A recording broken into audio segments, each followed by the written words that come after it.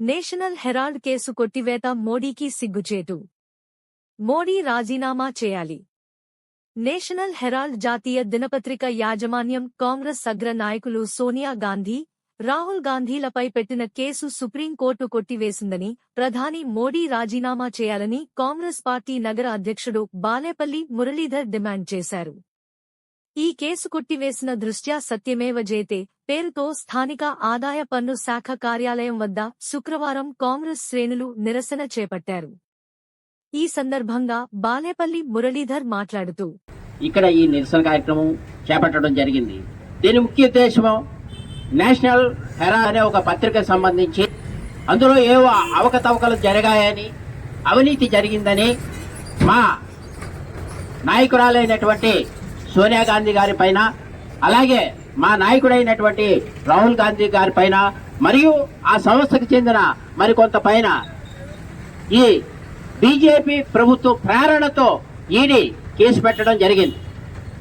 ఈ బీజేపీ వాళ్ళు ప్రతి విషయంలో కూడా ప్రభుత్వాన్ని ఎవరైతే విమర్శిస్తున్నారో, వారి చేసే తప్పులను ఎవరైతే బయటపెడుతున్నారో వారిని భయపెట్టాలని, వారిని ఇబ్బంది పెట్టాలని ఇన్కమ్ ట్యాక్స్ కానీ ఈడీని కానీ ప్రేరేపించి వారిపై అక్రమ కేసులు పెడుతూ, అందులో భాగంగానే మా సోనియమ్మ మీద కానీ మా రాహుల్ గాంధీ గారి మీద కానీ ఈడీ ఈ కేసు పెట్టడం జరిగింది.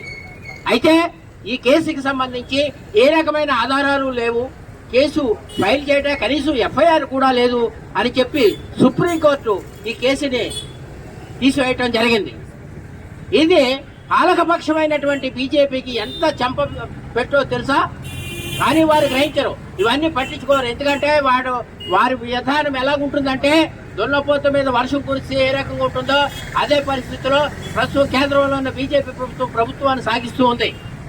ఈ సందర్భంగా మేము చెప్పేది ఏంటంటే సత్యం జయిస్తుంది. మా నాయకులు క్లీన్ చిట్తో ఇవాళ బయటకు వచ్చారు. నేను చెప్పేది ఏంటంటే బీజేపీ నాయకులకి, అయ్యా ఆలోచన చేయండి, తప్పుడు కేసులు ఎప్పుడూ కూడా నిలబడవు. దానికి ఉదాహరణ ఈ రోజు ఈ తీర్పు, రాబో రోజుల్లో కూడా మీరు గ్రహించుకోండి. ఈ సందర్భంగా నేను చెప్పేది ఒకటే, ఈ దేశంలో రాజ్యాంగం రక్షింపబడాలని పోరాటం చేస్తుంది రాహుల్ గాంధీ.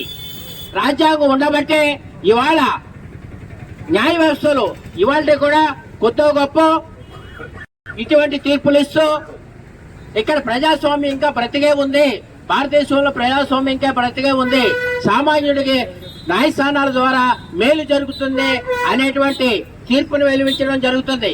కాబట్టి రాజ్యాంగం రక్షింపబడాలన్నా, పేదవాడు రక్షింపబడాలన్నా, పేదవాడు స్వేచ్ఛగా రాజ్యాంగ హక్కులను అనుభవించాలన్నా ఈ దేశంలో కాంగ్రెస్ పార్టీ అధికారంలోకి రావాలి.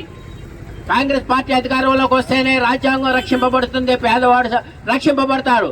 కాబట్టి ప్రజలందరూ, మేధావులందరూ ఆలోచన చేయండి, రాజ్యాంగాన్ని రక్షించండి.